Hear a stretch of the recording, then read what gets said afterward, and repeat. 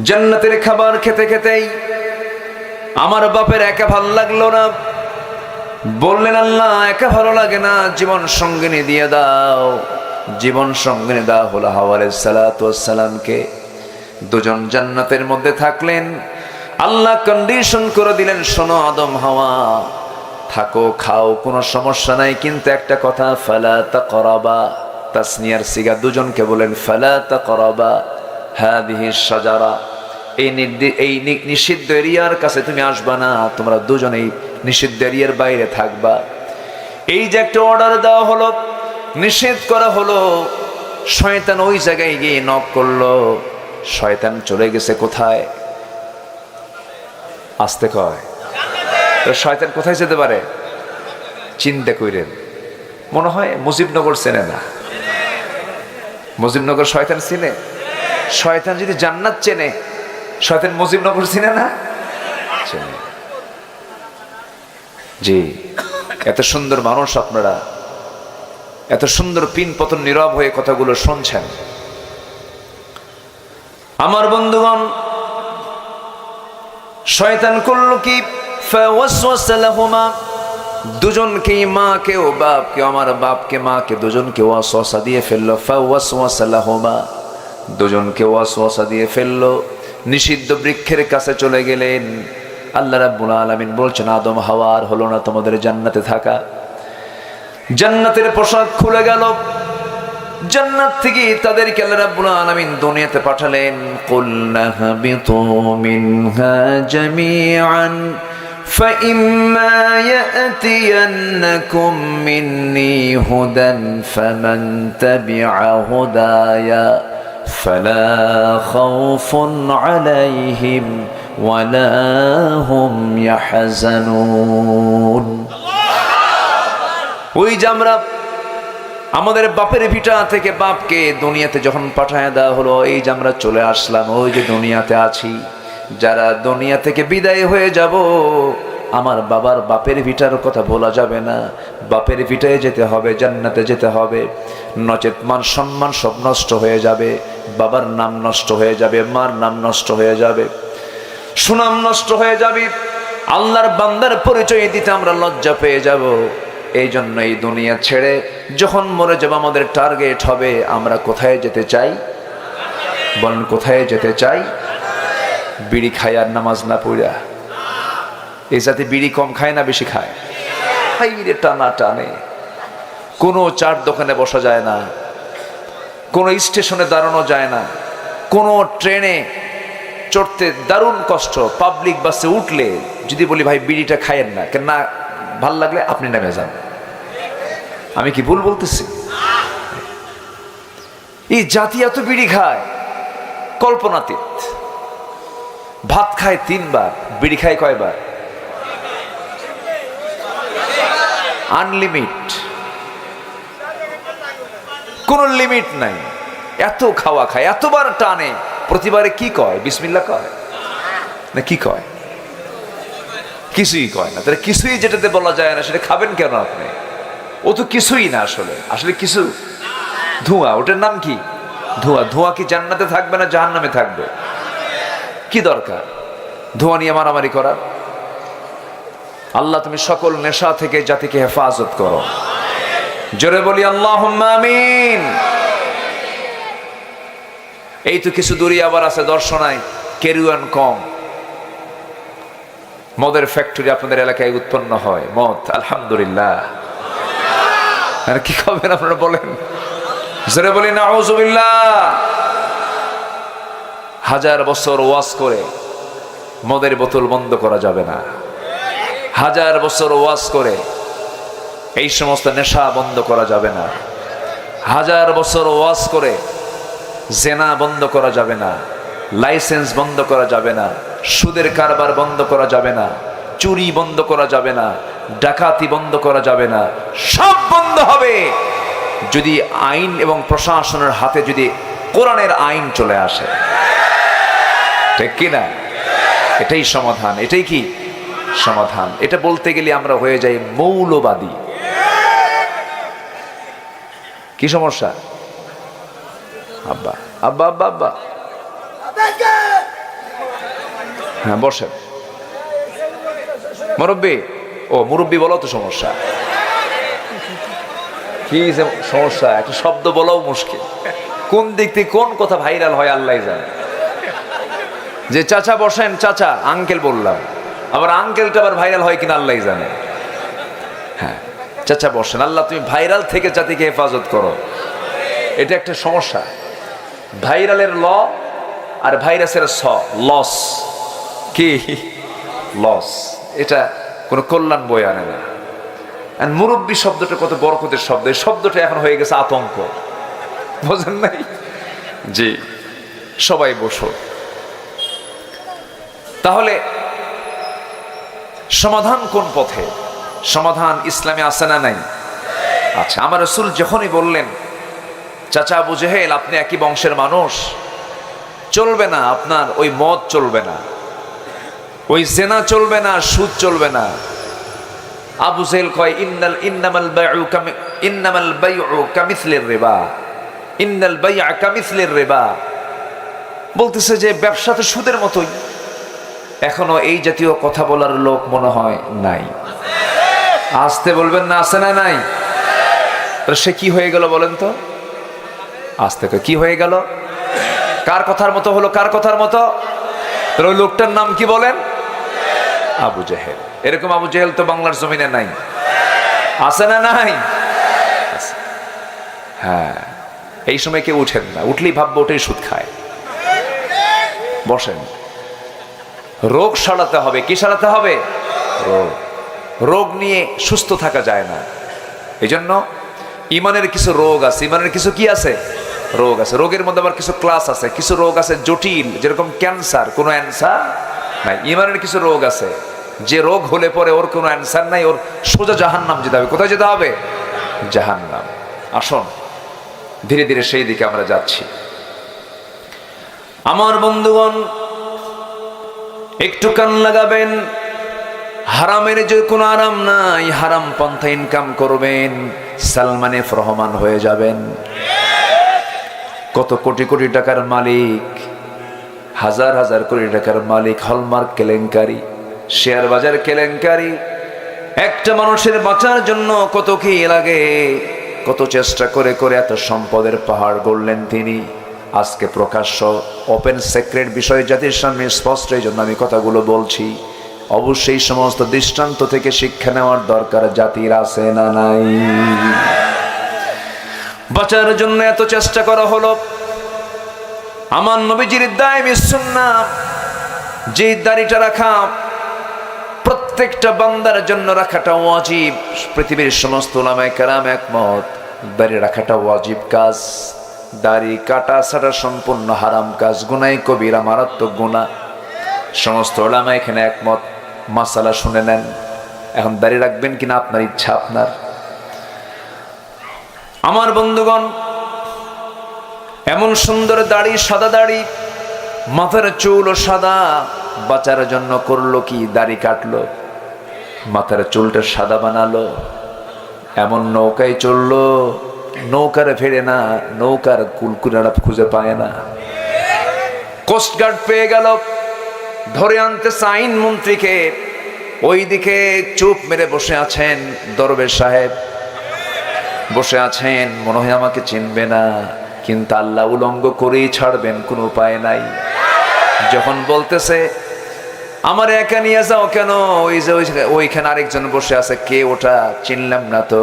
চিনবা কেমনে? মাথার চুল সাদা ছিল, কালো বানাইছে। দাড়ি ছিল, দাড়ি কাটছে। দরবেশ, দরবেশ। হাজার হাজার কোটি টাকার মালিক,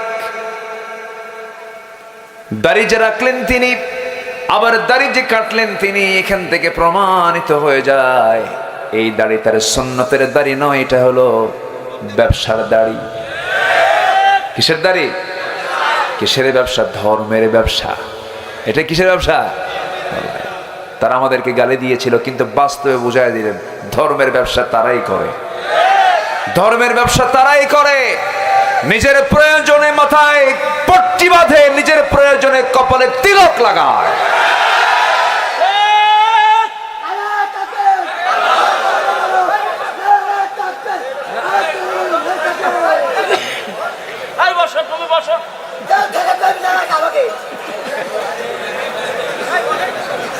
সারছে কাম। ও নিজে কয় নিজেই বোঝে, ও তাও কয় ঠিক। ওয়াজদার আমি কি করি আজকে? আলোচনার ভাব গম্ভীর্যের একটু ক্ষতি হয়ে যায় না, ঠিক আছে, ভাব গম্ভীর্য নষ্ট হয়, একটু খেয়াল করেন। ওনাকে একটু নিয়ে যেয়ে একটু চাটা খাওয়ায় নিয়ে আসেন। এই ছোট ভাই, একটু চাটা খাওয়ায় নিয়ে আসেন তো ওনাকে একটু। জি, আমার দিকে একটু তাকান। জি জি, আচ্ছা ঠিক আছে, ঠিক আছে, থাক না, সে তো পজিটিভ, একটু তাল ঠিক থাকে না, এমনি পজিটিভ তো, সে বোঝে সব কিছু। আমাদের চাইতে পাগল মানুষগুলো কত পজিটিভ, বোঝেন না? অনেক পাগল অনেক আগেই জান্নাতে চলে যাবে, পাগল তো। আর বুদ্ধিজীবী কিছু আছে, বুদ্ধি বেঁচে খায়, ও যাবে কোথায়? জাহান্নামে যাবে। আল্লাহ তুমি আমাদের সবাইকে ভালো রাখো, জোরে বলি আল্লাহুম্মা আমিন। আমার বন্ধুগণ, তাহলে আমরা বৈধ পথে চলবো না অবৈধ পথে? বৈধ না অবৈধ? শয়তানের পথের ভিতরে বৈধ অবৈধের কোনো চিন্তা থাকে না, কিন্তু জান্নাত যেতে হলে আপনাকে চিন্তা করে জান্নাতের পথ আপনাকে খুঁজে বের করতে হবে।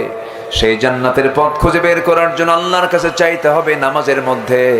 যারা পারেন ঠোঁট মিলিয়ে বলুন, ইয়্যাকা না'বুদু ওয়া ইয়্যাকা নাস্তাঈন ইহদিনাস সিরাতাল মুস্তাকিম সিরাতাল লাযীনা আন'আমতা আলাইহিম গায়রিল মাগদুবি আলাইহিম ওয়ালাদ-দাল্লিন।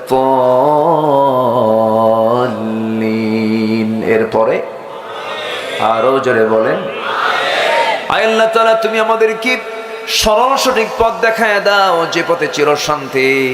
মাগদুব বলতে ইহুদিদেরকে বোঝানো হয়েছে, দাল্লিন বলতে নাসারাদেরকে বোঝানো হয়েছে। আজকে মুসলমানকে বন্ধু না বানায়া ইহুদিকে বন্ধু বানায়, নাসারাকে বন্ধু বানায়, ইহুদি জামাই হয়, খ্রিস্টান জামাই হয়। এমন জামাই আমার দেশেও আছে না নাই? কে কতটুকু ইসলাম মানে বাস্তবতায় তা বোঝা যায়। 18 কোটি তৌহিদি জনতার এই বাংলাদেশে কত মুসলিম পরিবার ছিল, এগুলোকে একটাও তারা পছন্দ হলো না। বিলাতে বিয়ে করলেন, ভালো কথা, কিন্তু বিলাত থেকে যে বউটা নিবেন তাকে কালেমা পড়াতে হবে আগে। আসতে বলুন না, জোরে বলুন, ঠিক কিনা? ইসলাম কার মধ্যে কতটুকু গোড়ায় খুঁজলে খুঁজে পাওয়া যায়, ঠিক কিনা? গোড়ায় হাত দিলেই খুঁজে পাওয়া যায়। ওয়ালা তানকিহুল মুশরিকাত হাত্তা ইউমিননা, আল্লাহ তাআলা নিষেধ করে দিয়েছেন কোন মুশরিকা নারীকে বিয়ে করতে যেও না যতক্ষণ না সে ঈমান না এনেছে। ঈমান আনবে না যে বিয়ে হবে না, তার বিয়ে হবে না, জেনা হবে, আর যে বাচ্চাগুলো হবে সেটা হবে জারজ। আর ইহুদি, খ্রিস্টান এবং মুসলমান দেখবেন গাদার ঘোড়ার সংমিশ্রণে যে বাচ্চাটা, এটার নাম হলো খচ্চর। ওটার নাম কি বলেন? খচ্চর। তো ইহুদি, খ্রিস্টান এবং মুসলিম, বা স্বামী হলো মুসলিম, বউ হলো খ্রিস্টান, বউ হলো মুসলিম, স্বামী হলো খ্রিস্টান, এই দুটার সংমিশ্রণে যেটা হবে সেটা হবে খচ্চর।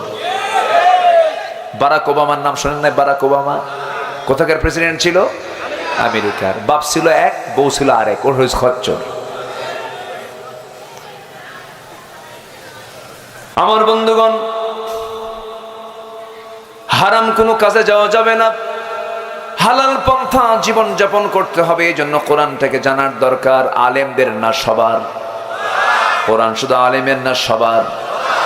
এই জন্য জাতিকে আগে শিক্ষা দিতে হবে। জাতিকে আগে কি দিতে হবে? শিক্ষা দিতে হবে। শিক্ষার চাইতে বড় শক্তি আর কিছু নয়। শিক্ষার বিপ্লব হয়ে গেলে গোটা জাতির বিপ্লব হয়ে যাবে। ওরা চেয়েছিল একটা ইসলাম বিরোধী শিক্ষা জাতির মধ্যে কেমনে চাপিয়ে দেওয়া যায়, এটা ছিল সবচেয়ে বড় ষড়যন্ত্র। এখনো সেই ষড়যন্ত্র আছে না নাই বলেন তো? সেই জাতীয় শিক্ষানীতি এখনো আছে না নাই? আচ্ছা, 1 থেকে মাস্টার্স ডিগ্রি নেয়, সূরা ফাতিহা ভালো করে পড়তে পারেন। অবশ্যই শিক্ষা ব্যবস্থায় ত্রুটি আছে। একটা মুসলিম দেশের শিক্ষা ব্যবস্থায় একটা ছাত্র 1 থেকে মাস্টার্স ডিগ্রি পাশ করবে, বিসিএস ক্যাডার হবে, সূরা ফাতিহা পারে না, ভালো করে পড়তে পারে না। যদি এমন কন্ডিশন করা হতো, প্রত্যেক বিসিএস ভাইবা পরীক্ষায় প্রত্যেক শিক্ষার্থীকে কোরআনের সূরা ফাতিহা থেকে সূরা নাস পর্যন্ত যে কোনো জায়গা থেকে তাকে 1 পৃষ্ঠা কোরআন শোনাতে হবে তেলাওয়াত করে, এমন কন্ডিশন করলে পরে জাতির প্রত্যেকটা নাগরিকই কোরআন শিখতে বাধ্য হতো। তা কি আছে? বরঞ্চ ফতুয়া দেয় লাকুম দীনুকুম ওয়ালিয়া দীন, বুখারী শরীফের 40 পারা। আগামীকাল ঈদুল আজহার জানাজা নামাজ। কি নামাজ? জানাজা নামাজ। এই হলো ইলমের দৌড়। ওরা আবার বলে আলেমরা কি বোঝে, আলেমরা কি জানে। বহু আগে, এই তো পাশাপাশি জেলা পাবনার আমার একটা মাহফিল ছিল, আমি সেই মাহফিলে শুধু বলেছিলাম আজকে আলেমদের ভুল ধরে হলো আল্লামা সুরঞ্জিত সেনগুপ্ত। যেরকম নাউজুবিল্লাহ, যেরকম নাউজুবিল্লাহ। সুরঞ্জিত তো অনেক আগে চলে গেছে। ইলিয়াস আলী গুম হয়েছে, আল্লাহ ছাড়েন নাই, আল্লাহ তাকেও গুম করে দিয়েছে। জুলুম কখনো টেকসই হবে না। তো একটা কথা মাথায় রাখবেন যে যদি কোনো মাজলুম আল্লাহর কাছে চায়, জুলুমের শিকার হয়ে আল্লাহর কাছে যদি চায়, লাইসা হিজাব, সেই চাওয়ার মাঝে আল্লাহর মাঝে কোনো পর্দা থাকে না। কম চোখের পানি ফেলে নাই মাজলুমরা। ব্রিগেডিয়ার জেনারেল আব্দুল্লাহ আমান আজমি এই দেশের সেনা কর্মকর্তাদের ইতিহাসে সর্বোচ্চ নাম্বার পাওয়া একজন এডুকেটেড, একজন ভদ্র অফিসার আব্দুল্লাহ আমান আজমি। এই লোকটা দীর্ঘ 8টা বছর আয়না ঘরে ছিলেন। কি অপরাধ ছিল তার বলেন? এটার নাম কি স্বাধীনতা? বলেন, এটার নাম কি স্বাধীনতা? উনি আমাকে কেঁদে কেঁদে বললেন, আমি দেখতে গিয়েছিলাম, বলল ভাইজান আমি আল্লাহর কসম করে বলি 8টা বছর আমার এই 2 চোখ সূর্যকে দেখে নাই, আমি সূর্য দেখতে পাইনি। এক একটা সকাল হতো ভাবতাম মনে হয় আমার এই সকালটি আমার জীবনের শেষ সকাল। এক একটা সন্ধ্যা হতো আমার মনে হতো এই সন্ধ্যাটা আমার জীবনের শেষ সন্ধ্যা। সম্মানিত ভাইয়েরা, এই অর্জন হঠাৎ করে হয়নি, এই সিচুয়েশনটা হঠাৎ করে হয়নি। বহু অফিসার, পুলিশ অফিসারের চোখের পানি ফেলে ফেলে কেঁদেছেন, আমাদেরকে জড়িয়ে ধরে কেঁদে কেঁদে বলেছেন হুজুর আমাদের কিচ্ছু করার নাই, কেঁদেছেন তারা। কিন্তু কিছু দুষ্ট চক্র, কিছু নাস্তিক চক্র, কিছু পশ্চিমা, কিছু ব্রাহ্মণ্যবাদী চেতনার কিছু ধ্বজাধারীরা ষড়যন্ত্র করে দেশকে অচল করতে চেয়েছিল। সব ষড়যন্ত্রণার সাথ করে দিয়েছেন তিনি আমার কে? আল্লাহ আছে না নাই? আসতে বলবেন না, আছে না নাই? আচ্ছা, একজন পুলিশ কর্মকর্তা আছেন আমার খুব পরিচিত। আমার বিশ্বাস, আমার কাছে মনে হয় আমি যতটুকু আয়াত পারি তার চেয়ে বেশি আয়াত উনি পারেন, অথচ মাদ্রাসার বারান্দায় যান নাই। দোষ কি? উনি কোরআন পারেন কেন? পদোন্নতি হয়নি, টর্চার কোনো দিকে কম হয়নি। তো আপনার 15 বছরের জুনিয়র একজন, আপনি 15 বছরের সিনিয়র, আপনার পদোন্নতি হয় না, ওই 15 বছরের জুনিয়র সে তার পদোন্নতি নিয়ে তার উপরেও চলে যাচ্ছে। এর চাইতে মানসিক যন্ত্রণা কিছু থাকতে পারে? এরকম করে সব জায়গায় ছন্দপতন তারা ঘটিয়েছেন, ওলট পালট তারা করেছেন, আল্লাহ তাদেরকে ওলট পালট করে দিয়েছেন। টাইম পেয়েছেন মাত্র 45 মিনিট, ঠিক কি না? দুপুরের খাবারটাও কিসমতে জোটে নাই। সেদিন গণভবনের রূপ নিয়েছে, সেদিন শুধু একজন থাকে নাই, সেই গণভবনে গোটা জাতি থেকে আসছে। সম্মানিত ভাইয়েরা, এখন আমাদের গড়তে হবে, দেশকে গড়ার আগে আমাকে নিজে গড়তে হবে। আমরা গড়বো নিজেকে, জোরে বলি ইনশাআল্লাহ। কি দিয়ে গড়বো বলেন তো? বলেন কি দিয়ে গড়বো আমরা? নামাজ কয় ওয়াক্ত হতে হবে? কয় ওয়াক্ত? একা না জামাতে? কারো সম্পদে বদনজর দেব না, কারো হারাম বিষয়ে চিন্তা করব না, ওজনে কম দেব না। পুলিশ অফিসাররা সব শুধু অফিসে বসে বসে ঘুম পারবে, বিচার লাগবে না। বলি আল্লাহু আকবার। সাইয়েদনা ওমর নাম শুনছেন তো? কয় নাম্বার খলিফা? বলেন কয় নাম্বার খলিফা? অনেকদিন আগে এক মাহফিলে বললাম, ওমরে ফারুককে চিনেন কে? সামনে থেকে এক ছেলে দাঁড়ায় বলে, হুজুর আমি চিনি। কে? আমাদের বাড়ির দোতলায় ভাড়া থাকে। সাইয়েদনা ওমর ফারুক রাদিয়াল্লাহু তাআলা আনহু 2 বছর প্রথম খলিফার আমলে গভর্নরের দায়িত্ব পালন করলেন মদিনায়। 24টা মাস শুধু অফিস টাইমে গেলেন আর আসলেন, বেতন নিলেন মাসে মাসে। 24টা মাস যখন পার হলো, আফসোস করে শেষ দিন বের হয়ে আসতেছেন আর বলতেছেন, আহারে এমন দায়িত্ব পালন করলাম, একটা বিচারও করতে পারলাম না, কারণ অফিসে এই আদালতে কোনো আসামি হাজির হয় নাই 24 মাসে। যেরকম সুবহানাল্লাহ। সব হয়ে গেছে কারো গোলাম, সব ভয় করে প্রশাসনের না আল্লাহর। এই জাতির মধ্যে ভয় ঢুকাতে হবে প্রশাসনের না আল্লাহর। কার ভয় ঢুকাতে হবে? আল্লাহর ভয় ঢুকাতে হবে। কোন নারীর দিকে তাকাবোই না, জেনা হবে কেমনে, ধর্ষণ হবে কেমনে? আল্লাহ বলে দিয়েছেন নারীর দিকে তাকাবে না। ইয়াগুদ্দু মিন আবসারিহিম ওয়া ইয়াহফাযু ফুরুজাহুম। তোমরা তোমাদের লজ্জাস্থানকে হেফাজত করবে, চক্ষুটাকে নিম্নগামী করবে, বেগানা নারীর দিকে তাকাবে না। যদি আপনি না তাকান, জেনার তো কোনো প্রশ্নই আসবে না, জেনা থেকে জাতি বেঁচে যাবে। ধর্ষণের কোনো মামলা হবে না, ইফটিজিং এর কোনো মামলা হবে না, চুরির কোনো মামলা হবে না। চুরি করলে পরে তার হাত কাটা হবে, চুরি করলে বান্দার হক নষ্ট হয়ে যাবে, কোনো মামলাই হবে না। একটা আদর্শ রাষ্ট্রের বৈশিষ্ট্য হলো, রাষ্ট্রের মামলা 0 হয়ে যাবে, মানুষগুলো আল্লাহওয়ালা হয়ে যাবে, সবাই নিজে নিজে সব নিজের ব্যাপারে সচেতন হয়ে যাবে। একটা ঘটনা মনে পড়লো, বলি। কোন এক মহিলা জেনা করেছেন, সাহাবী। বলেন তো কি? সাহাবী। জেনা করার পরে নিজের ভিতরে একটা অনুশোচনা চলে আসলো, হারে এত বড় গুনাহ করে ফেললাম। চোখের পানি ফেলে ফেলে কান্দে আল্লাহর কাছে মাফ চায়, আর মনে মনে চিন্তা করছেন, আল্লাহ এত বড় গুনাহ করেছে, এই শাস্তি না আমি তোমার, এই বড় গুনাহ নিয়ে আমি তোমার সামনে হাজির হওয়ার সাহস করি না। আমি এই শাস্তি আমার দুনিয়ার জিন্দেগিতেই হয়ে যাক। এই চিন্তা মাথায় নিয়ে ওই মহিলা সাহাবী করলেন কি, একদিন নবীর কাছে গিয়ে বলছেন, ইয়া রাসূলুল্লাহ, আমি তো জেনার মতো জঘন্য কাজ করেছি। বিবাহিতা নাকি তুমি? হ্যাঁ বিবাহিতা। বিবাহিতা কোন পুরুষ অথবা নারী যদি জেনার কাজে লিপ্ত হয়, পৃথিবীতে বেঁচে থাকার কোন অধিকার আছে নাকি? আজ থেকে আছে নাকি? এ অধিকার রাখেন নাই কে? ফয়সালা কার? দোষ দিয়ে লাভ হবে আইনের? এই আইনের দোষ দিয়ে লাভ হবে? আর এই আইন না মানলে তার ঈমান আছে? কেন আল্লাহ তাআলা এই শক্ত বিধান দিলেন? 3টা অপরাধের শাস্তি মারাত্মক। নাম্বার 1 হলো কতলুন নফস। কোন মানুষকে যদি হত্যা করে ফেলে, ইসলাম বলছে তাকেও দুনিয়া থেকে বিদায় করে দাও। কুতিবা আলাইকুমুল কিসাস।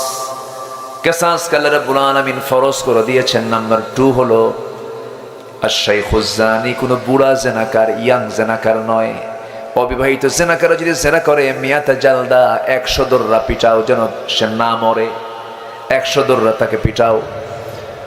তাকে হত্যার অর্ডার দেওয়া হয় নাই, কারণ অবিবাহিত অবস্থায় কোন জেনার কাজে লিপ্ত হলে পরে এটা একটা অবশ্যই গুনার কাজ, মৃত্যুদণ্ড দেওয়ার মতো নয়। কিন্তু বিবাহ করার পরও যদি তুমি জেনা করো, আল্লাহ তাআলা অপশন দিয়েছেন, জেনার কাছে যেও না, প্রয়োজন আরেকটা বিয়ে করো, প্রয়োজন আরেকটা বিয়ে করো, তবু তুমি জেনার কাছে যেও না। আমার বন্ধুগণ, জেনাকে বন্ধ করার জন্য আল্লাহ রাব্বুল আলামিন 4টা পর্যন্ত অপশন দিলেন। এরপরও যদি কোনো বান্দা জেনা করে, এটাকে সীমা রক্ষা হলো না সীমা লঙ্ঘন হলো? লঙ্ঘন হয়ে গেল। আর যখন জেনার কাজটা বেড়ে যাবে, নতুন নতুন রোগ চলে আসবে, ওই রোগে ইমানদাররা আক্রান্ত হয়ে যাবে, সমাজ আক্রান্ত হবে, মহামারী সমাজে শুরু হয়ে যাবে, বড় ক্ষতি হয়ে যাবে। ওই লোকের দ্বারা সমাজে মানুষের মধ্যে মহামারী সৃষ্টি হোক, এটা আল্লাহ চান নাই বলে আল্লাহ বলছেন তাকে দুনিয়া থেকে বিদায় করে, কারণ সে ভাইরাস। কারণ সে কি? ভাইরাস। তাকে দুনিয়া থেকে বিদায় করে দাও। নাম্বার 3 হলো যদি কোনো বান্দা আল্লাহকে গালি দেয়, রসুলকে গালি দেয়, কোরআনকে গালি দেয়, দ্বীনকে গালি দেয়, ইসলামের বিরুদ্ধে যদি কথা বলে, সে মুরতাদ হয়ে গেছে। এই তিনটা অপরাধের শাস্তি ইসলাম মৃত্যুদণ্ডে দণ্ডিত করতে বলেছে, দুনিয়া থেকে বিদায় করতে বলেছে। ওই মহিলা 2 নম্বর অপরাধ জেনার কাজে তিনি স্বীকৃতি দিচ্ছেন। রাসূল বলছেন, তুমি কি জেনা করেছো নাকি? হ্যাঁ হুজুর আমি জেনা করেছি। না করো নাই? না হুজুর জেনা করেছি। না করো নাই? না হুজুর জেনা করছি। বারবার বলছেন। আমার নবীজি বলছেন, মহিলা তুমি তো নিজের জবানবন্দি দিয়ে ফেললে, আর কিচ্ছু করার নাই, সাক্ষী তো আর লাগবে না। জেনার সাক্ষী লাগে 4 জন। কয়জন বলেন? 4 জন। কিন্তু এখানে 4 জনের প্রয়োজন হচ্ছে না, কারণ ওই মহিলা নিজেই সাক্ষী দিয়ে ফেলতেছেন। রাসূল বলছেন, পেটে কোনো বাচ্চা আসছে নাকি? মিন্স বন্ধ হয়েছে নাকি? হ্যাঁ মিন্স বন্ধ হয়ে গেছে, বাচ্চা পেটে চলে আসছে। রাসূল বললেন, কোনো উপায় নাই ও মহিলা, কোনো উপায় নাই, এই মুহূর্তে তোমার উপরে কোনো আইন কার্যকর করা যাবে না। যাও নিজের বাড়িতে যাও, সন্তান ডেলিভারি না হওয়া পর্যন্ত আমি তোমার উপরে কোনো আইন কার্যকর করতে পারবো না। মহিলা কান্দার বলে, হুজুর বাঁচবো যে গ্যারান্টি কে? রাসূল বলেন, যা আমি তোমার জন্য দোয়া করলাম, যাও। মহিলা চলে গেলেন, বাড়িতে থাকলেন, সেজদায় পড়ে পড়ে কান্দেন, চোখের পানি ফেলে ফেলে কান্দেন, তওবা করেন। কার কাছে কাঁদেন বলেন? আল্লাহর কাছে কাঁদেন। 9টা মাস পূরণ হলো, বাচ্চা ডেলিভারি হয়ে গেল, একদিনও পার হলো না, 2 দিন পার হলো না, 24 ঘন্টার মাথায় এর মধ্যেই ওই মহিলা নবীর কাছে হাজির হয়ে বলছেন, ইয়া রাসূলুল্লাহ, আপনি আমাকে এতদিন পর্যন্ত ওয়েট করতে বলেছেন, সন্তান ডেলিভারি হয়ে গেছে, আপনি আমার উপর আইন কার্যকর করে দেন। রাসূল বলছেন, মহিলা সন্তানটা জীবিত না মৃত? হুজুর সন্তান তো জীবিত রেখে এসেছে। রাসূল বললেন, কোনো কথা নাই, হাউলাইনি কামিলাইন, 2টা বছর তোমাকে দুধ অবশ্যই পান করাতে হবে, যাও তুমি বাড়িতে চলে যাও। সঙ্গে সঙ্গে মহিলা বলে, হুজুর এই লম্বা সময় বাঁচবো কেমনে, তার গ্যারান্টি দেব? তার গ্যারান্টি কি? রাসূল বললেন, যাও গ্যারান্টি আমি দেবো কেমনে, কিন্তু উপায় তো নাই, সন্তানের হক আছে তোমার স্তনে, দুধ খাও, বাচ্চাকে বড় করো, যাও। মহিলা চলে গেলেন, ভরাক্রান্ত হৃদয় নিয়ে সন্তানকে দুধ পান করান, অন্য খাবারের প্র্যাকটিস গড়ে তোলেন। 6 মাসের মাথায় টোটালি সন্তানের দুধ বন্ধ করে, সন্তানকে কোলে করে নিয়ে টোটালি সন্তানকে দুধ বন্ধ করে দিয়া অন্য খাবারের অভ্যাস গড়ে তুলে সন্তানকে কোলে করে নবীর সামনে হাজির হয়ে বলছেন, ইয়া রাসূলুল্লাহি, এই যে সন্তান দুধ খাওয়া বন্ধ করে দিয়েছে, 3টা বার আপনার স্বর্ণপন্ন হলাম বিচারের জন্য, আজকে দয়া করে ফেরত দিবেন না। সঙ্গে সঙ্গে রাসূল বলছেন, দাও সন্তানটা আমার কোলে উঠায়া দাও। রাসূল সন্তানটা উঠায় নিলেন কোলে। এরপরে বলছেন, সাহাবীরা শোনো, এই যে আমার হাতে সন্তানটা দেখতে পেতেছে, এই সন্তানের লালন পালনের দায়িত্ব যে বান্দা গ্রহণ করবে, আমি রাসূল আর ওই দায়িত্ব পালনকারী ব্যক্তি জান্নাতের মধ্যে 2 নখের দূরত্ব অবস্থান করব। কয়েকজন সাহাবী দৌড় মেরে আসলেন, একজনকে কোলে উঠায়া দিলেন।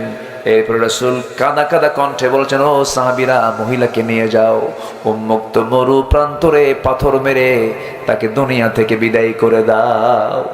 আমার বন্ধুগণ, এই যে একজন অপরাধী অপরাধ করার পর তার মধ্যে আত্মসমালোচনা হয়েছে, আসামি ধরার জন্য পুলিশ লাগলো না, আসামি আটকে রাখার জন্য জেলখানা লাগলো না, আসামি ধরার জন্য কোনো সাক্ষীর প্রয়োজন হলো না, আসামি নিজে হাজির হয়েছে একমাত্র কার ভয়ে? আসতে বলবেন না, কার ভয়ে? আল্লাহর ভয়ে। আমার বন্ধুগণ, মহিলাকে নিয়ে যাওয়া হলো, পাথর মারা হচ্ছিল, দুনিয়া থেকে তিনি বিদায় হয়ে গেলেন। সাইয়েদনা আলী রাদিয়াল্লাহু তাআলা আনহু নবীর সামনে এসে বলছেন, ইয়া রাসূলুল্লাহ, ওই মহিলাকে যখন আমরা পাথর মারছিলাম, এমন সময় ওই মহিলার কিছু রক্ত, নাপাক রক্ত আমার গায়ে ছিটকে এসে লাগলো। রাসূল লক্ষ্য করে দেখেন, আলী নাসিকা কুঞ্চিত করছেন, নাক শিকায় তুলছেন, ভরসনা করছেন। রাসূল বলছেন, আলী রে, তুমি কাকে ভরসনা করো, নাক শিকায় তুলো কার জন্য? তুমি কি জানো এই মহিলা সাহাবী আমার দুনিয়া থেকে বিদায় হওয়ার পূর্বে, রক্ত জমিনে পড়ার পূর্বে আল্লাহ তাআলা তার সকল তওবা কবুল করে নিয়েছেন, জান্নাতের মেহমান হয়ে গেছে। আমার নবীজি বললেন, মহিলা ও সাহাবীরা, এই মহিলারা জানাজার আয়োজন করো, জানাজার দায়িত্ব আমি কাউকে দেব না, আমি রাসূল নিজে তার জানাজা পড়াবো। আমার নবীজি জানাজা পড়ায় দিলেন, জানাজা সম্পন্ন হয়ে গেল। জানাজা সম্পন্ন করার পর আমার নবীজি সাহাবে কেরামকে লক্ষ্য করে বলছেন, সাহাবীরা শোনো, এই যে মহিলার জানাজা সম্পন্ন করা হলো, এই মহিলা জীবনের শেষ মুহূর্ত পর্যন্ত শেষ নিঃশ্বাস পর্যন্ত যে পরিমাণ তওবা করেছে আর যে পরিমাণ চোখের পানি ফেলে ফেলে কেঁদেছে, এই মহিলার তওবা যদি মদিনার 70 জন গুনাহগারদের মাঝে যদি বন্টন করে দেওয়া হতো, প্রত্যেককে আল্লাহ রাব্বুল আলামিন মাফ করে প্রত্যেককে আল্লাহ রাব্বুল আলামিন জান্নাত বরাদ্দ করে দিতেন। জোরে বলে সুবহানাল্লাহ। কার ভয়? আসতে বলবেন না, কার ভয়? রাসূল এমন চরিত্র সাহাবে কেরামকে উপহার দিয়েছিলেন। আমার নবীজির চরিত্র ছিল মহান। সেই চরিত্র, মহান চরিত্রের ছোঁয়া পেয়ে আবু বকর তৈরি হয়েছেন, ওমর তৈরি হয়েছেন, আলী তৈরি হয়েছেন, ওসমান জিন্নুরাইন তৈরি হয়েছেন। আমাদের জন্য মডেল খোঁজার জন্য ইউরোপে যাওয়া লাগবে না, আমেরিকায় যাওয়া লাগবে না। আমাদের সকল কিছুর মডেল ইসলামে আছে না নাই? আছে না নাই? বুকটা ফেটে যায়। যুবকদের পোশাক ঠিক নাই, যুবকদের চাহনি ঠিক নাই, যুবকদের লেবাস ঠিক নাই, যুবকদের চাল চলন ঠিক নাই। যুবকরা যে পোশাকটা পরে ইসলামের পোশাক নাকি বলেন? মাথার যে চুলটা কাটে এটা কি ইসলামের নাকি বলেন? চুল কাটার আগে একটা ডিজাইন খোঁজে, বলে এই চুলের সাইজটা আমার করে দাও। কিন্তু যুবক চিন্তা করলো না, আমি যখন দুনিয়া থেকে বিদায় নেব, রাসূলুল্লাহ আমার জন্য সুপারিশ করবেন। আমার নবীজির মাথার চুলটা কেমন ছিল, আমার নবীজির মুখের দাড়িটা কেমন ছিল, আমার নবীজি কেমন কাপড় পরেছেন, কেমন জুব্বা পরেছেন, কেমন পোশাক পরেছেন, তেমন পোশাক আমার পরতে হবে। এটাই হলো নবীজির সুন্নাহকে মেনে চলা। আজকের যুবকদের মাথার চুলের সাইজ দেখছেন নাকি? দেখেছেন তো মাথার চুলের সাইজ কি? দুই দিকে চুল কেটে চামড়া বের করা, এইদিকেও চুল নাই, এইদিকেও চুল নাই, পিছনেও চুল নাই, চামড়া বের করে মাথার উপরে গোল কইরা সেন্ট মার্টিন দ্বীপ আছে না নাই? আচ্ছা, এই হলো মাথার চুল। এরপর এমন শার্ট পরে, শার্টটা এত ছোট, আবার প্যান্ট এত নিচে পড়ে, সীমান্ত বর্ডার, ঠিক আছে না?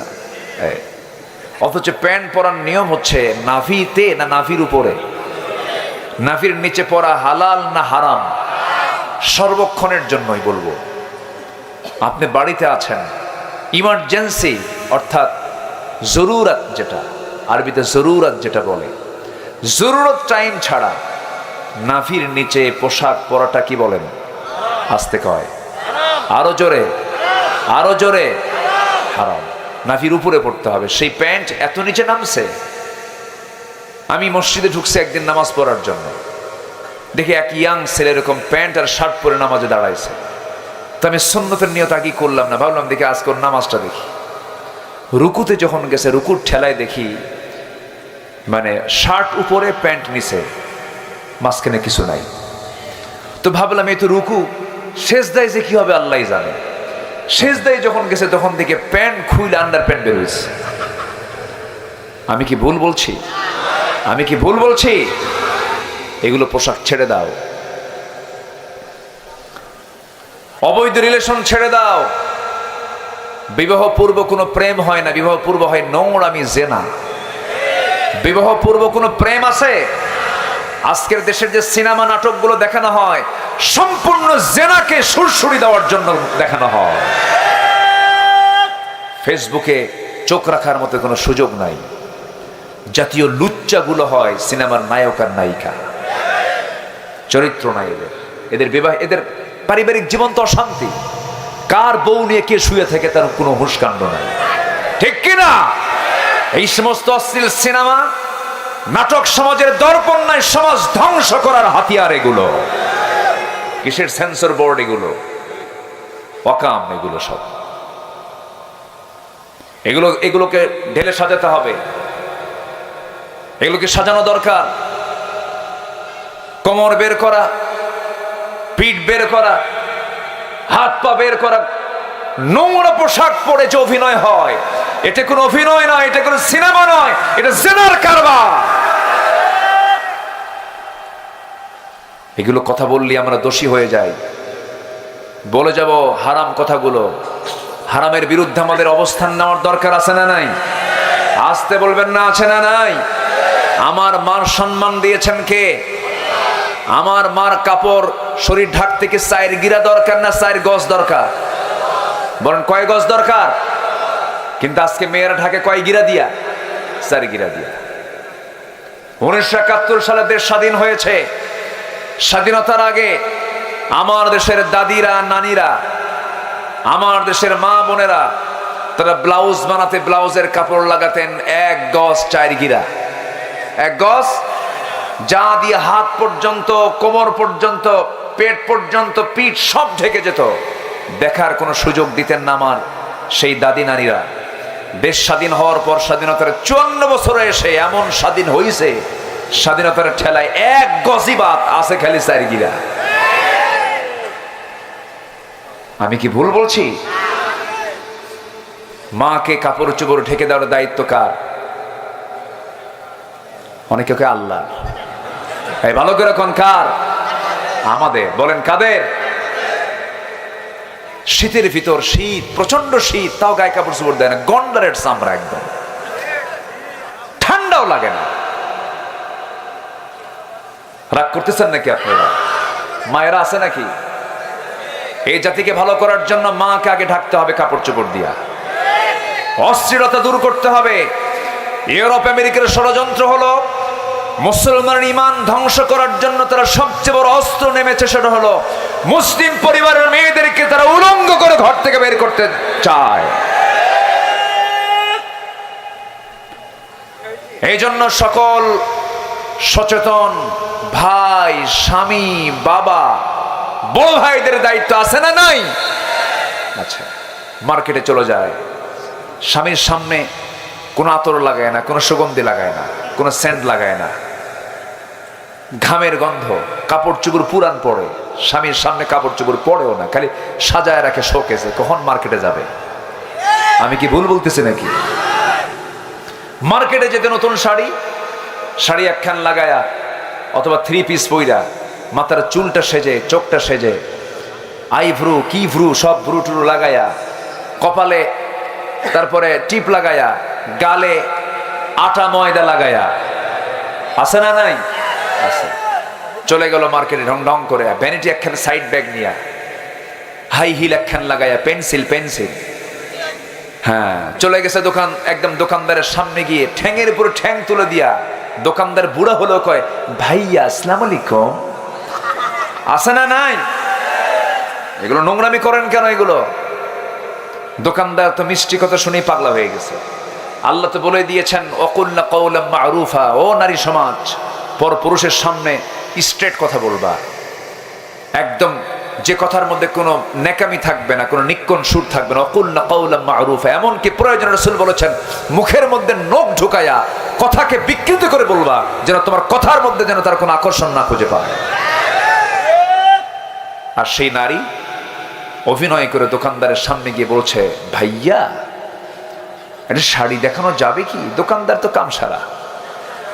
দোকানদার শাড়ি একখান বের করে নিজের গায়ে লটকা দিয়ে বলে, আপা এই শাড়ি কিন্তু আপনাকে দারুণ মানাবে। ওটা আরেক বদমাইশ। আছে না নাই? আমি কি এগুলো অবাস্তব বলছি না বাস্তব বলছি? অবাস্তব না বাস্তব? এই নোংরামি বন্ধ করার দায়িত্ব প্রত্যেক সচেতন ভাই, স্বামী, বাবার আছে না নাই? সচেতন হতে হবে। এগুলো নিষেধ কাজ। 15টা নিষেধ নিয়ে আমি আলোচনা শুরু করেছি। অলরেডি নিষেধের বেশ কিছু বিষয়গুলো আমি উপস্থাপন করেছি। এখন সিরিয়াল একটু আসি। আমরা 15টা যদি নিষেধাজ্ঞা আল্লাহর মেনে চলি, আমার আপনার জান্নাতে যেতে কোনো বাধা থাকবে না। জোরে বলি ইনশাআল্লাহ। নাম্বার 1, শিরকের কাজ করা আদেশ না নিষেধ? শিরিক করা সিদ্ধ না নিষিদ্ধ? সিদ্ধ না নিষিদ্ধ? নিষিদ্ধ। মেহেরপুরে আসছি আমি, আজকে কথা বলে খুব মজা পাচ্ছি। কেন জানেন? আপনাদের ভাষাটা আমার চেয়েও সুন্দর। বলি আলহামদুলিল্লাহ। ভাষা সুন্দর যাদের হয় তাদের সামনে কথা বলে খুব মজা পাওয়া যায়, তারা বুঝে কথাগুলো। আর আমি যদি নোয়াখালী ভাষায় কইতাম কথা, হ্যাঁ হ্যাঁ কইতাম কিতা কইতাম। কত ভাষা কে দিয়েছেন বলেন তো? আল্লাহ দিয়েছেন। বুড়ার বুড়ি দুইজন নোয়াখালী আর ময়মনসিংহ গল্প করতেছে, তো ময়মনসিংহের এক বুড়ি বলতেছে নোয়াখালীর বুড়িকে, বোন আপনি কি মতাইছুন?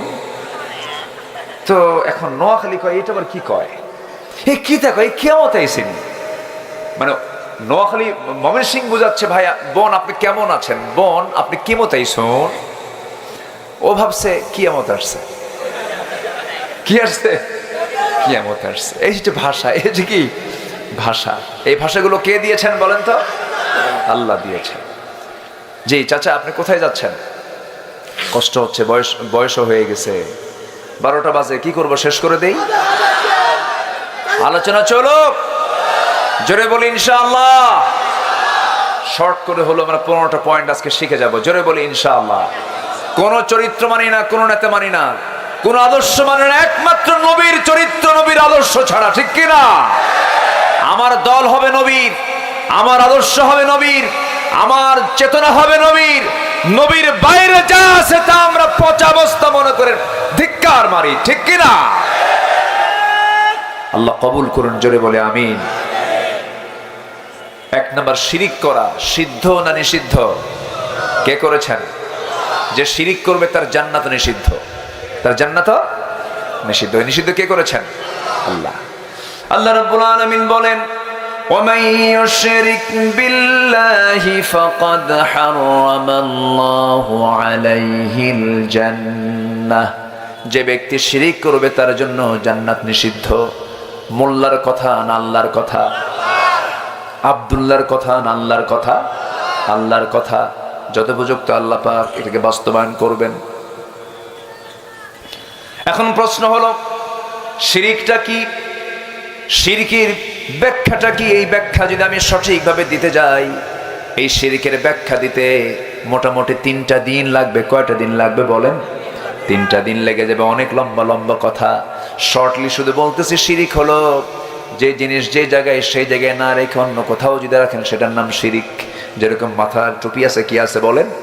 টুপি। এই টুপি যদি মাথায় না রেখে যদি হাঁটুতে রাখেন, টুপির প্রতি জুলুম হয়ে গেল। জুলুম এক প্রকার শিরিক। ইন্না শিরকা লাযুলমুন আযীম। আল্লাহ রাব্বুল আলামিন শিরিককে বরদাস্ত করতে পারেন না। আল্লাহ দিয়েছেন চোরের বিধান, আল্লাহ দিয়েছেন ডাকাতের বিধান, আল্লাহ দিয়েছেন অর্থনীতির বিধান, আল্লাহ দিয়েছেন সমাজনীতির বিধান, আল্লাহ দিয়েছেন খুনের বিধান। কিন্তু আল্লাহর বান্দা সেই বিধানকে তোয়াক্কা না করে বান্দা নিজে আইন প্রণয়ন করে আল্লাহর বিরুদ্ধে আইন বাস্তবায়ন করে, এর চাইতে বড় শিরিক আল্লাহর জমিনে আর নাই। সূর্য কার নিয়মে চলে, চন্দ্র কার নিয়মে চলে, আকাশ কার নিয়মে চলে, জমিনটা কার নিয়মে চলে? আমি আপনি ধান লাগায় আসি, জমিতে ধান বপন করি, বীজটা লাগায় আসি, সেই বীজটা বড় করেন কে? সেটাকে সুন্দর করে বড় করে প্রস্তুত করেন তিনি আমার কে? আমি আম গাছ ছোট্ট লাগায় দিয়েছি, সেই আম গাছটা বিশাল আকারে বড় করেছেন কে? আম গাছে আম দেন কে? জাম গাছে জাম দেন কে? মাটি 2 রকম না 1 রকম? মাটি 1 রকম কিন্তু ফল 2 রকম। কে করে দিয়েছেন? আল্লাহ করে দিয়েছেন। সব কিছু যদি আল্লাহর নিয়মে চলতে পারে, আমার চোখ আল্লাহর নিয়মে চলে, আমার হাত আল্লাহর নিয়মে চলে, আমার পাও আল্লাহর নিয়মে চলে, সমাজটা চালাতে নিয়ে তুমি আল্লাহর নিয়ম কেন মানবা না? এটা তোমার জন্য শিরকের কাজ হয়ে যাবে। শিরক আল্লাহ রাব্বুল আলামিন মাফ করবেন না। সব গুনাহ মাফ হবে। আল্লাহ বলছেন তোর যত গুনাহ, সব গুনাহ মাফের দায়িত্ব আমি আল্লাহ নিয়ে নিলাম, তুই আমার কাছে শিরক মুক্ত হয়ে আয়। আল্লাহ তো শিরক বিশাইআন বিকরাবিল আরদিল খাতায়া। তোমার সমস্ত গুনাহগুলো জমিন চেয়ে গেছে, কোনো সমস্যা নাই। সব গুনাহগুলো আমি আল্লাহ সব মুছে দেব, সব ইরেজ করে দেব। শর্ত হলো গুনাহমুক্ত হয়ে আমার কাছে শিরিক মুক্ত হয়ে আস, আমি তোমাকে গুনাহমুক্ত করে জান্নাত দিয়ে দেব। শনিবারে বাস কাটা যাবে না, মঙ্গলবারে বিয়ে হওয়া যাবে না। এগুলো আছে নাকি? আছে, এগুলো আছে। বিয়ের দিন যার বৃষ্টি হবে সারাদিন তার চোখের পানি ফুরাবে না। দেখছেন কি মুফতি আজম? এ ওঠেকে ধরেন তো, বসেন বসেন। আমি তো বহুদূর যাব, আমি যাব না? আমিও তো যাব, আপনিও যাবেন, আমরা একসঙ্গে দোয়া শামিল হয়ে যাব। জোরে বলি ইনশাআল্লাহ। নাম্বার 2 হলো অবিচার করা নিষিদ্ধ। বিচার করতে হবে, সঠিক বিচার করবেন, আল্লাহ তাআলা সঠিক বিচারের ফলাফল আপনাকে জান্নাত দিয়ে দিবেন। আল্লাহ রাব্বুল আলামিন বলছেন, ও বান্দা, আরশ আজিমের ছায়া আমি 7 শ্রেণীকে রাখবো। এর মধ্যে 1 নম্বর শ্রেণী হলো সঠিক বিচার যারা করে। জোরে কোন সুবহানাল্লাহ। এখানে আলেমকে ডাকেন নাই, এখানে নামাজিকে আগে ডাকেন নাই, দানবীরকে আগে ডাকেন নাই, এগুলো ডেকেছেন পরে। 1 নম্বরে বলেছেন যদি কোনো বান্দা দুনিয়াতে সঠিক বিচার করতে পারে, আমিও তো বিচারক, সঠিক বিচার করনেওয়ালাকে আমি আল্লাহ আমার আরশ আজিমের ছায়ার নিচে 1 নম্বর তালিকায় স্থান দিয়ে দেব। জোরে বলে সুবহানাল্লাহ। এই জন্য বিচারকের দাম সবচেয়ে কম না সবচেয়ে বেশি? যদি সে সঠিক বিচার করে, আর সঠিক বিচার না করলে খবর আছে না নাই? আসতে বলবে না, খবর আছে না নাই? খবর আছে। এই সঠিক বিচার যদি আজকে হতো, আল্লামা সাইদিকে আজকে আমরা হারাতাম না, হারাতাম না। বেচারাটা আমাদেরকে ফাঁকি দিয়ে চলে গেছেন। সবাই বাড়িতে ফিরল, উনি আর বাড়িতে ফিরলেন না। আল্লাহ তুমি তার কবরটাকে জান্নাতের টুকরা বানায়া দাও। জোরে বলি আল্লাহুম্মা আমিন। বড় আফসোস সম্মানিত ভাইরা, অনেক ইমাম আল্লামা সাইদির জন্য দোয়া করতে গিয়ে মসজিদের চাকরি হারিয়েছিল। যারা মসজিদের চাকরি থেকে চাকরিচ্যুত করেছে ওদের ঈমান আছে কিনা সন্দেহ, ঠিক কিনা বলেন? একজন মাসলুমের জন্য দোয়া করা তার দায়িত্ব, ঠিক কিনা? চলে গেলেন না, হত্যা করা হলো। বলেন তো, বলেন বলেন বলেন বলেন। তাফসীর মাহফিলের এই প্ল্যাটফর্ম থেকে আমরা সুস্পষ্ট ভাষায় জানিয়ে দিতে চাই, এই প্ল্যাটফর্মের মানুষ তিনি ছিলেন, এই অঙ্গনের মানুষ ছিলেন। এই অঙ্গনের এই প্ল্যাটফর্ম থেকে সুস্পষ্ট ভাষায় জানিয়ে দিতে চাই, একটা সুস্থ মানুষকে জেলখানা থেকে বের করে কয়েক হসপিটাল ক্রস করে শাহবাগের সেই হসপিটালে তাকে হসপিটালাইজড করে পরিকল্পিতভাবে মেডিকেল টিম গঠন করে তাকে পয়জনিং করে যে দুনিয়া থেকে বিদায় করা হলো, যারা করেছে সেই মেডিকেল টিমকে অবশ্যই অবিলম্বে গ্রেফতার করে চূড়ান্তমূলক শাস্তি নিশ্চিত করা হোক। এ মতের পক্ষে রাজি আছেন কারা কারা? হাত উঁচু করে দেখা।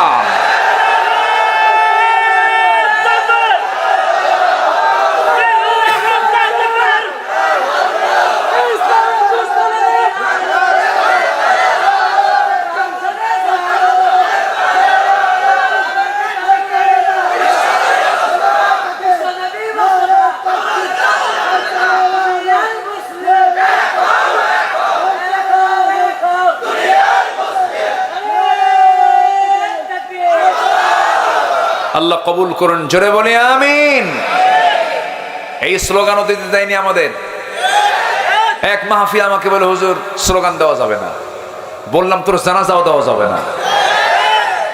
জানাজায় স্লোগান আছে না নাই? জানাজার প্রথম স্লোগান কি? দ্বিতীয় স্লোগান কি? তৃতীয় স্লোগান কি? চতুর্থ স্লোগান কি? যারা বিগত 16 বছর এই স্লোগানকে যারা নিষিদ্ধ করতে চেয়েছিল, তাদেরকে কুত্তা বিড়ালের মতো বিদায় করা দরকার ছিল।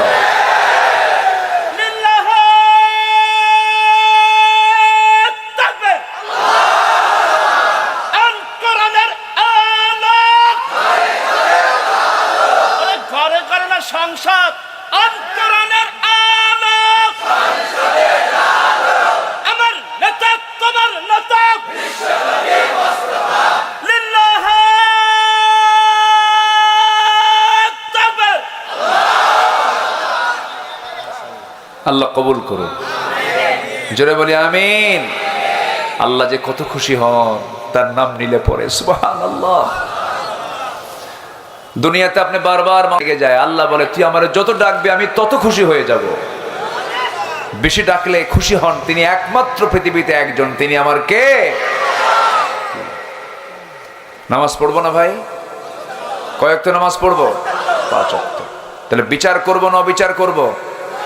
কিছু বাবা আছে ছেলের অবিচার করে, আছে কি না? ছেলেকে একটা কম দেয় আরেকটাকে বেশি দেয়, এটা কি বিচার না অবিচার? বাপ হইছেন কিন্তু উপায় নাই, জাহান্নাম যেতে হবে। এক ছেলেকে 3 বিঘা লিখে দেয়, আরেক ছেলেকে দেয় না, আছে? আছে কিনা? আছে কিনা? এটা করা যাবে? এটা হালাল না হারাম? এটা সঠিক বিচার না অবিচার হলো? অবিচার হলো। অবিচার বলতে এখানে শুধুমাত্র রাষ্ট্রীয় কাঠামোকে বোঝায় নাই, আপনার স্ত্রীর হক আছে, আপনি সঠিকভাবে হক আদায় করলেন না, আপনি অবিচার করে ফেললেন। অনেক স্বামী আছে বউয়ের প্রতি অবিচার করে, আবার অনেক স্ত্রী আছে স্বামীর প্রতি অবিচার করে। যে ব্যবহার পাওয়ার উপযুক্ত যোগ্যতা সেই উপযুক্ত ব্যবহার স্বামীকে দেখায় না। আছে কিনা? আছে কিনা? আছে। হয়তো স্বামীর অবস্থাটা একটু খারাপ, দুর্বল, শ্বশুর বাড়ির মানুষগুলো একটু দুর্বল, গরিব মানুষ, বাবার বাড়ি, মেয়েটার বাবার বাড়ি ধনী মানুষ, দেখবেন খুব খারাপ আচরণ করে, অবিচার করে ফেলে। এমনকি এমন মহিলাও আছে স্বামীকে থাপড়ায়, এমন স্বামীও কিন্তু দুনিয়াতে, এমন বউ দুনিয়াতে আছে। এগুলো অবিচার। আমার বন্ধুগণ, কোনো ক্ষেত্রে কোনো বিচার করা যাবে না। আপনি বড় কর্মকর্তা, আপনার অধীনে যারা আছে, আপনি তুই তাকার করতে পারবেন না, খারাপ ব্যবহার করতে পারবেন না। হয়তো আপনার পদোন্নতি হয়েছে, আপনি বড় অফিসারের পদে বসেছেন, কিন্তু সে তো আল্লাহর গোলাম। সে হয়তো সাধারণ কোনো কর্মকর্তা হতে পারে, আপনি বড় কর্মকর্তা হতে পারেন, কিন্তু সম্মান, শ্রদ্ধা, স্নেহ কোনো অংশে কম রাখা যাবে না। যদি কম বেশি করেন, এটা বিচার না অবিচার, অবিচার হয়ে যাবে। এইরকম করে প্রত্যেকটা জায়গায় সঠিক বিচার করতে হবে। ওমর ফারুক রাদিয়াল্লাহু তাআলা আনহু তিনি সফরে বের হয়েছেন, প্যালেস্টাইন সফরে বের হয়েছেন। তিনি এক ভৃত্যকে সাথে নিয়ে ভৃত্যকে বললেন, ভৃত্য, আমি উটের পিঠে চললাম, তুমি লাগামটা ধরো। লাগাম ধরে ধরে যাচ্ছেন, উটের ওই ভৃত্যটা চলতে চলতে পা লেগে গেছে। ওমর ফারুক বলছেন, ভৃত্য, তুমি এখন আমার উটের পিঠে চড়ো, আমিও লাগামটা ধরি। ভৃত্য বলছে, এটা কেমন করে হয়? আপনি খলিফাতুল মুসলিমিন, অসম্ভব ব্যাপার। না না, এটা হতে পারে না। ওমর ফারুক বলছেন, ও আমার ভাই, আমি রাষ্ট্রের প্রধান হতে পারি, তুমিও বান্দা আমিও বান্দা। আজকে যদি আমি এই সমতা রক্ষা না করি, কিয়ামতের দিন আল্লাহ পাক আমাকে জালিমের কাতারে শামিল করবেন। উঠায় দিছে ভৃত্যকে উটের পিঠে, জায়গা মতো জায়গায় পৌঁছে গেছে। যখন ওমর ফারুক আসতেছে, সবাই উঠে বসে থাকে। সেই ভৃত্যকে ওমর মনে করে বলছে, ওমর, আপনাকে ওয়েলকাম জানাচ্ছি। ভৃত্য কয়, চাকরকে, আমি তো ওমর নই, লাগামটা ধরে আছে সেই লোকটাই ওমর। জোরে বলে সুবহানাল্লাহ। এই ব্যবহার দেখে বলে ফেলছে, আশহাদু আল্লা ইলাহা ইল্লাল্লাহ। সম্মতা। সাইয়েদনা ওমর ফারুক রাদিয়াল্লাহু তাআলা আনহু একদিন এশার নামাজটা পড়ায়া ইমামতির দায়িত্ব তিনি পালন করেছেন। যারা এই রাষ্ট্রপ্রধান হবে তারা নামাজ পড়বে না পড়াবে? আজ তারা পড়বে না পড়াবে? আবু বকর পড়ছেন না পড়াইছেন? ওমর ফারুক পড়েছেন না পড়াইছেন? ওসমান জিন্নুরাইন তিনি পড়ছেন না পড়াইছেন? আলী তিনি পড়েছেন না পড়াইছেন? আমার নবীজি পড়েছেন না পড়াইছেন? যাই হবে নেতা, সে হবে মুসল্লি না ইমাম? বলেন বলেন বলেন বলেন। ইমাম। সাইয়েদনা ওমর ফারুক রাদিয়াল্লাহু তাআলা আনহু এশার নামাজ পড়ায়া ঘরের মধ্যে ঢুকে বলছেন, আমার স্ত্রী, একটু খাবার দাও, ঘুম তো আসে না, জনগণকে না দেখলে আমার ঘুম হয় না। তিনি খেলাফতের দায়িত্ব পালনের পর থেকে ওই যে অসুস্থ হলেন, সে অসুস্থতা মৃত্যু পর্যন্ত তাকে নিয়ে চলে গেল, শুকায় গিয়েছিলেন। তাকে বলা হলো, ওমর, এরকম শুকায় যান কেন? তিনি বলছেন, তোমরা আমাকে যে দায়িত্ব দিয়েছো, এই দায়িত্ব আমাকে স্বাস্থ্যহীন করেছে। আমার ঘুম হয় না, আমার ঘুম হয় না, আমার ঘুম হয় না, জনগণকে না দেখলে আমার ভালো লাগে না। এশার নামাজ পড়ে তার প্রত্যেকটা রাত ডিউটি ছিল তার প্রতিবেশীকে দেখতে যাওয়া। এক রাতে প্রতিবেশীকে দেখতে গেলেন, প্রতিবেশীর ঘর থেকে কান্নার আওয়াজ আসে, বাচ্চারা কান্দে। কান্দে কেন? এই বাড়িতে মা নাই নাকি? বাচ্চার মা নাই নাকি? বাচ্চার মা বের হয়ে আসছে। কান্দে কেন বাচ্চারা এত রাতে? খাবার নাই কেন? তোমার স্বামী কি হয়েছে? স্বামী মারা গেছে, আমি বিধবা মানুষ, চুল পরিমাণ কোনো খাবার নাই, শুধু পানি জাল দিচ্ছে, অভিনয় করতেছি, কি করবো? এই জন্য সন্তানগুলো কান্দে। ওমর ফারুক কাঁদতে কাঁদতে চলে আসছেন খাজানায়, খাদ্য গোদামে চলে আসছেন। এক বস্তা আটা নিজের পিঠে বহন করে নিয়ে আসতেছেন। ম্যানেজার বলছে, ওমর ফারুক রাদিয়াল্লাহু তাআলা আনহু, আমাকে দেন দায়িত্ব, আমি নিজে পৌঁছায় দেব। ওমর ফারুক বলছেন, কিয়ামতের দিন আমার আমলনামা তোমার পিঠে যাবে না, আমার দায়িত্ব আমাকে পালন করতে দাও। চলে গেছেন, চলে গিয়ে বিধবার হাতে আটার বস্তা তুলে দিয়ে বলছেন, আমি ওমর তোমাকে দিয়ে গেলাম, আবার যখন ফুরে যাবে আমাকে সংবাদ দিবা। ওমর নিজের দায়িত্বে তোমার ঘরে আটার বস্তা পৌঁছাইয়া দেবে। চলে গেছেন আরেকটা বাড়ির সামনে, হাউমাউ করে কান্দে এক মহিলা, চিৎকার করে করে কাঁদতেছে, যেন কি যেন হয়ে গেছে। খবরটা নিলেন। ওই মহিলার কান্দার হেতু হলো বাচ্চা পেটে আসছে, সন্তান ডেলিভারির সময় হয়েছে, কিন্তু ধাত্রী নাই, বাচ্চা ডেলিভারি হচ্ছে না। মহিলা মারা যেতে পারে অথবা সন্তান মারা যেতে পারে। দেরি করলেন না, গভীর রাতে সোজা বাড়িতে এসে বউটাকে ডাক দিয়ে বলছেন, বউ আমার, বড় বিপদ হয়ে গেছে, কি বোরকাটা পড়ো। বউটাকে সঙ্গে করে নিয়ে এরা বাড়িতে আগে কিছু না বলে ওই বাড়ির সামনে দাঁড় করায় বউটাকে লক্ষ্য করে বলছে, বউ আমার, আল্লাহর কসম করে বলি, আমরা কিন্তু শাসক নই, আমরা হলাম জনগণের খাদেম, আমরা জনগণের খাদেম। অতএব এই ঘরের মধ্যে একজন মহিলার সন্তান ডেলিভারির যন্ত্রণা শুরু হয়েছে, কিন্তু নার্স নাই, ধাত্রী নাই। আজকে তোমাকে আমার বউ হওয়ার পরও তোমাকে নার্সের দায়িত্ব পালন করতে হবে। অর্ধ দুনিয়ার অর্ধ জাহানের শাসনকর্তার বউ হয়ে গেছেন একজন নার্স, একজন ধাত্রী। আল্লাহু আকবার বলেন। অবিচার না বিচার? বলেন অবিচার না বিচার? অন্যায় না ন্যায়? অমানবতা না মানবতা? ওমরে ফারুক রাদিয়াল্লাহু আনহু বউকে ঢুকায়া দিলেন, নার্সের দায়িত্ব পালন করলেন। ইয়াদিলু হুয়া আকরাবু লিত্তাকওয়া, সঠিক বিচার করো, মানবিক হও, এটাই হলো তাকওয়ার সবচেয়ে শ্রেষ্ঠ পন্থা। এই কাজটা তুমি করতে থাকো, আল্লাহ তোমাকে জান্নাত দিয়ে দিবেন। আমার বন্ধুগণ, আবু বকর সিদ্দিক রাদিয়াল্লাহু তাআলার খেলাফত আমল, তিনি বিশাল রাষ্ট্রের তিনি রাষ্ট্রপ্রধান। তার প্রতিবেশী একজন বুড়ি মহিলা ছিলেন। প্রত্যেকটা দিন ফজরের আগ দিয়ে তিনি খালি পায়ে যেতেন, বুড়ির ঘরের মধ্যে সমস্ত কাপড় চোপড়গুলো ধুয়ে দিতেন, প্লেটগুলো ধোয়া দিতেন, খেজুরগুলো তাকে খাওয়াইয়া দিতেন। পরপর 2 বছর এই খেদমত করলেন, তিনি মারা গেছেন। বুড়ি জানে না খলিফাতুল মুসলিমিন মারা গেছেন। সেই দায়িত্ব কাঁধে এসেছে ওমরে ফারুক রাদিয়াল্লাহু আনহুর, কাঁধে এসেছে দায়িত্ব। ওমরে ফারুক রাদিয়াল্লাহু আনহু ওই মহিলার খেদমত করতে গেছেন, কাপড় চোপড় ধুয়ে দিয়েছেন। খেজুরটা ধুয়ে যখন তার সামনে দিয়েছেন, খেজুর খেতে নিয়ে দেখেন খেজুরের মধ্যে বিচি।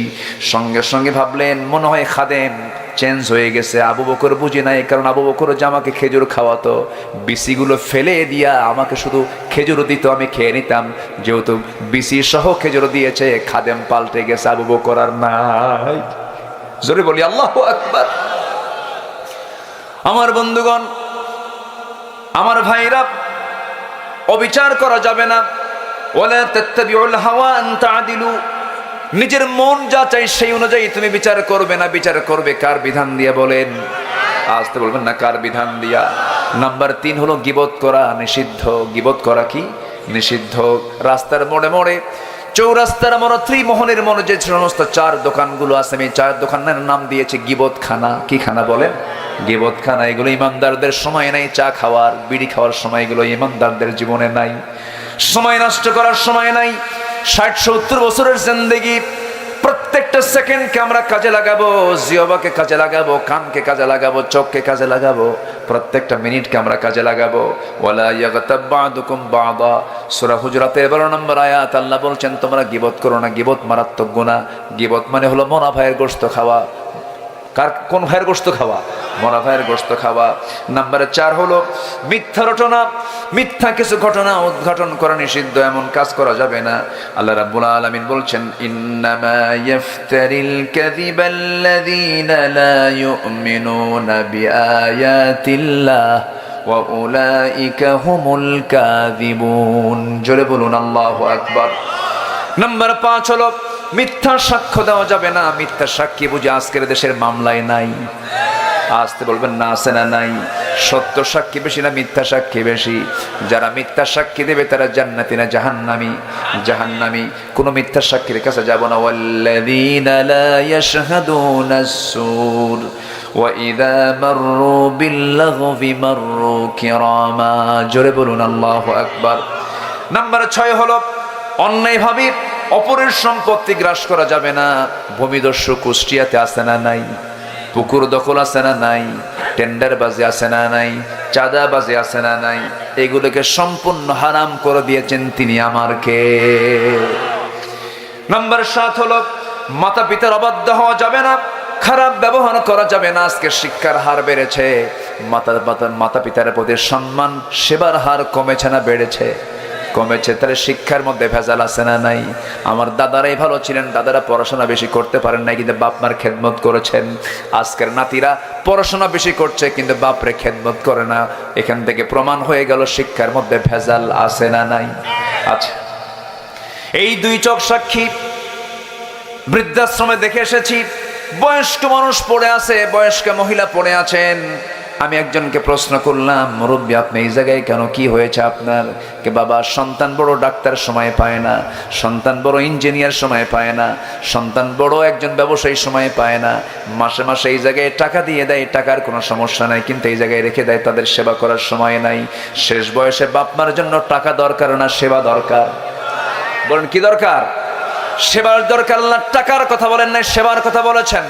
যখন বুড়ো হয়ে যাবে, কিবার আহাদুহুমা আও কিলাহুমা ফালা তাকুল লাহুমা উফ, ওই 70 বছর বয়সে তোমার মা তোমার বাবা শিশুর মতো বলবে বাদাম কিনে আন, শিশুর মতো বলবে তুই আমার জন্য কুশাল কিনে আন, শিশুর মতো বলবে আমি এটা খাবো না, আমার জন্য কলা কিনে আন, তুই ওটা আন ওটা আন, বারবার ডিস্টার্ব করবে, বিছানায় পেশাব করবে, পায়খানা করবে। ফালা তাকুল লাহুমা উফ, উফ করবি না, খারাপ ব্যবহার করবি না। কারণ তোর যে শিশুকাল ছিল, তুই যখন তোর মার পেটের মধ্যে ছিলি, মা কতবার আঘাতগুলো সহ্য করেছেন। 9টা মাসে বিজ্ঞান বলছে প্রত্যেক মা সন্তান তার ওই মার কলেজায় 1টা বার 2টা বার লাথি মারে নাই, 4500 থেকে 5000 বার লাথি মেরে আমার মার পেট থেকে আমি দুনিয়াতে এসেছি। মাকে কত কষ্ট দিয়েছি, সেই মার পেট থেকে দুনিয়াতে এসেছি আমি। এই দুনিয়াতে এসে কয়েক মন, শুধু নয় মনকে মন দুধ আমি আমার মার স্তন থেকে পান করেছি। আমার বাবা মাকে তিলে তিলে মানুষ করেছেন, জ্বর হয়েছে গোটা রাত জ্বর কমে না, বাপ যায় ডাক্তারের কাছে, মা ছটফট করে কান্দে, আর সেজদায় পড়ে কান্দে। এই যে তিলে তিলে আমাকে গড়ে তুললেন যে বাপ মা বুড়া বয়সে, সেই বাপ মা যখন পড়ে যাবে, ওই বাপ মার দেখার দায়িত্ব সন্তানের ফরজ করে দিয়েছেন তিনি আমারকে। আমার বন্ধুগণ, আমার মা আমার বাপ এমন একটা পোস্ট, এটা মা যদি খুশি হন আর শাজিম খুশি হয়ে যায়, বাপ যদি খুশি হয়ে যান আর শাজিম খুশি হয়ে যায়, পৃথিবীর সকল মানুষ নারাজ হয়ে যাক, আমার আপনার আব্বা আম্মা খুশি হয়ে যাবে, এটা আল্লাহর কাছে পছন্দ হয়ে যাবে। জোরে করুন সুবহানাল্লাহ। এই জন্য বাপ মার খেদমত করবো, কম না বেশি? বউ আগে না মা আগে? অনেকে চুপ করে আছে। বউ আগে না মা আগে? মাহফিলে বউ আগে না মাহফিলে মা আগে? মাহফিলে মা আগে আর বাড়িতে বউ আগে? হ্যাঁ, বাড়িতে বউ আগে। চিন্তা করে দেখেন, আছে আছে দেখেন, চাচা বলে ফেলেছেন। আমার বন্ধুগণ, মা কখনো পিছে হবে না, মা সব চাইতে আগে। মার চাইতে আগে কেউ না। বউকে পাল্টানো যেতে পারে, কিন্তু মাকে পাল্টানো যায় না। কিন্তু বউয়ের দামও আছে, বউকে আমি হালকা চোখে দেখছি না, বউয়ের দামও আছে, কিন্তু মার চাইতে কোনো অংশে বেশি হতে পারে না, কখনোই নয়।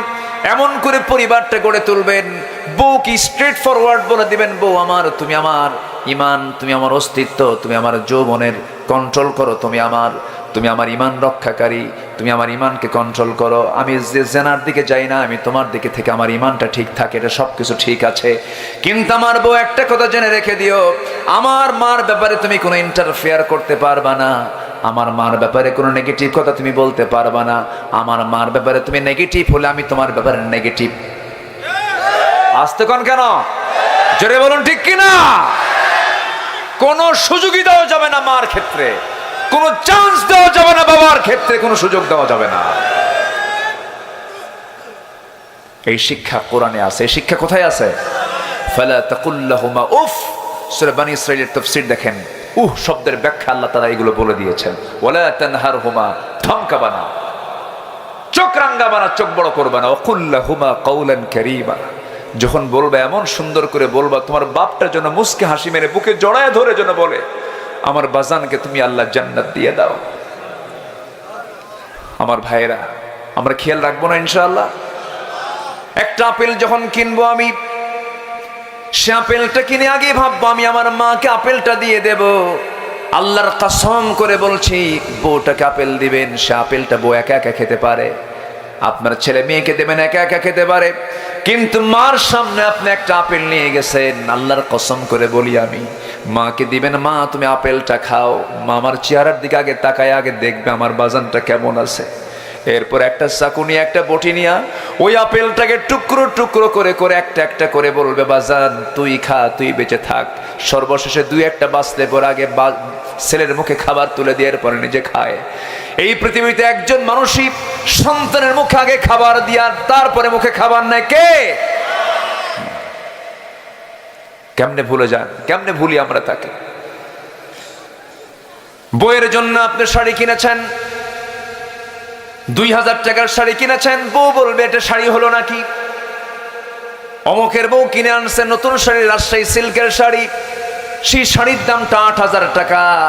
কত সুন্দর মোহাব্বত করে তার বউকে, তুমি আমারে কি মোহাব্বত করো, মাত্র 2000 টাকার শাড়ি আনছো, খুশি করতে পারবেন না?